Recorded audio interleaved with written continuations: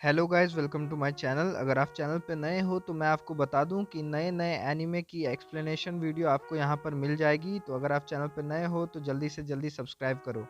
तो एपिसोड 3 के स्टार्टिंग में हम देखते हैं कि बॉस अपने एम्प्लॉयज़ को बता रहा होता है कि कल से उन सबका परमानेंट असाइनमेंट उन सबको मिल जाएगा।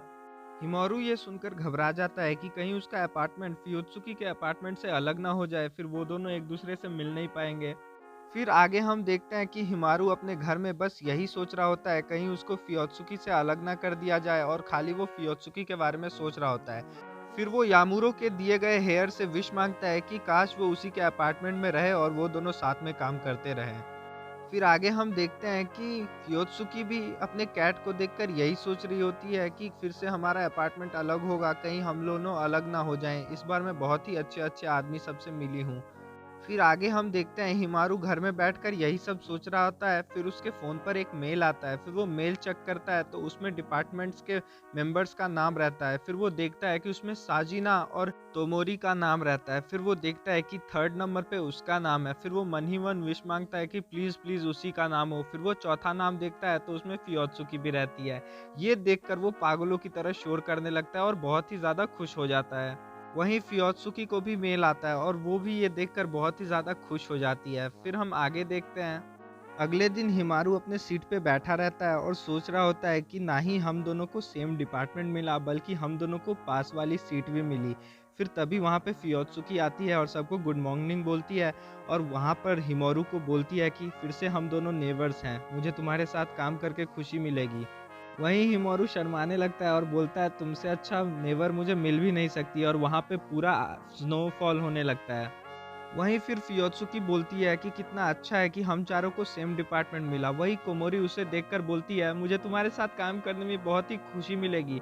फिर आगे हम देखते हैं कि हिमोरू घर में सोच रहा होता है कि कैसे उस कैट का हेयर उसके लिए लकी है, और कैसे फियोत्सुकी उसी के डिपार्टमेंट में है। और फिर वो पूरी रात यही सोचता रह जाता है, और वो सोचता है कि कैसे मैं फियोत्सुकी को इतना सब कुछ करने के लिए थैंक्स कहूँ। फिर आगे हम देखते हैं कि अगले दिन वो ट्रेन में ट्रैवल कर रहा होता है। फिर वो अपने फ़ोन में देखता है कि आगे कन्वर्सेशन करने के लिए आप अपने पार्टनर को एक मील ऑफ़र करिए। फिर हिमोरू मन बना लेता है कि वो फियोत्सुकी को मील के लिए पूछेगा। फिर वो ऑफ़िस जा रहा होता है तो वो छुपके कोमोरी और फियोत्सुकी की बातें सुन रहा होता है, जहाँ पर कोमोरी फियोत्सुकी से पूछती है कि तुम्हारा फ़ेवरेट डिश कौन-सी है? फिर वो बताती है कि उसका सारा डिश उसका फ़ेवरेट ही है, और वो बचपन से ही सारी डिश खाना पसंद करती है, वो कुछ भी माँगती नहीं है।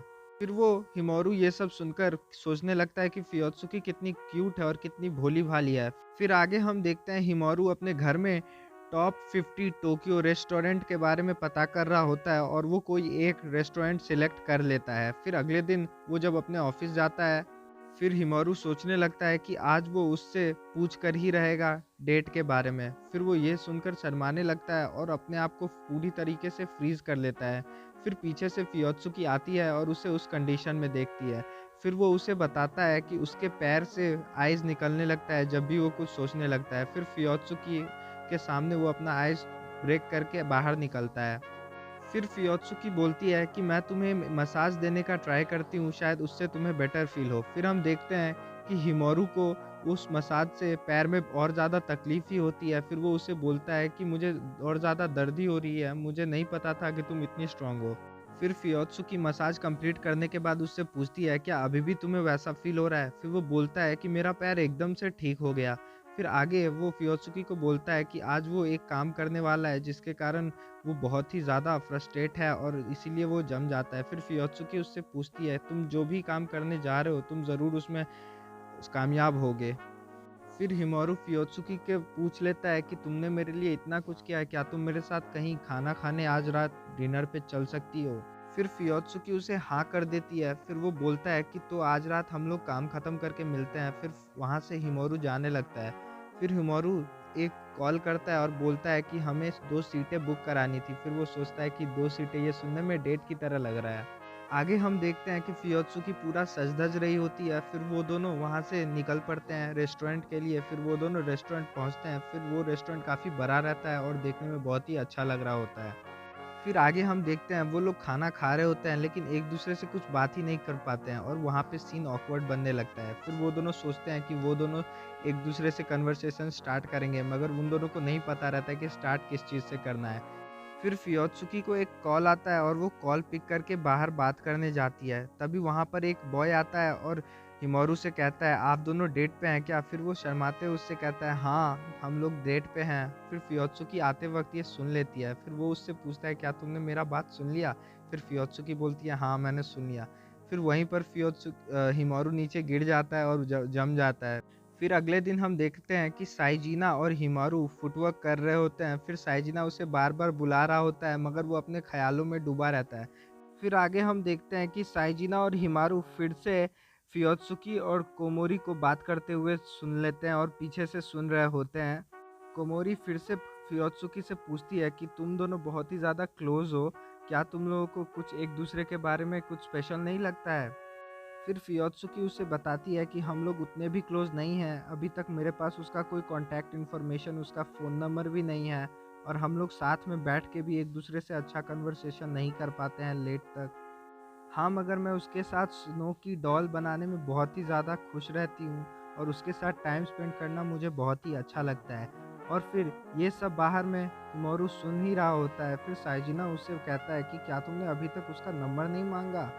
फिर आगे हम देखते हैं कि उसी दिन वो फियोत्सुकी से उसका नंबर माँगता है और बोलता है कि मैं तुम इस पे मुझे मैसेज ज़रूर करना।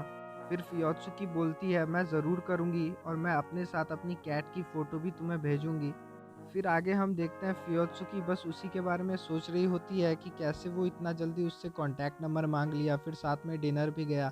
उसके बाद फियोत्सुकी उसे अपने फ़ोन से मेल डालती है जिसमें वो अपना पिक अपने बिल्ली के साथ छोड़ देती है। ये सब देख के हिमारू पागल हो जाता है और बोलता है कि मैं इस फ़ोटो को हमेशा के लिए सेव करके रखूँगा। फिर अगले दिन हम देखते हैं कि वो दोनों साथ में बैठकर काम कर रहे होते हैं। फिर फियोत्सुकी हिमारू से पूछती है, क्या तुमने लंच किया? मुझे लगता है ये सही समय होगा लंच करने का। फिर वो उससे पूछता है कि टाइम कितना हुआ? फिर वो बताती है कि अभी 12:30 हो रहा है। फिर हिमारू देखता है कि उसने अपने फ़ोन के वॉलपेपर में उन चारों की तस्वीरें लगाई होती है। फिर हिमारू खुश होके बाहर जाने लगता है। तभी हिमारू को याद आता है कि वो अपना फ़ोन भूल गया। वहीं पर फियोत्सुकी अपने मेन स्क्रीन उससे छुपा के रखती है। फिर हम देखते हैं कि उस स्क्रीन में उसके बचपन की तस्वीर है और फिर तीसरी एपिसोड वहीं पर ही ख़त्म हो जाती है।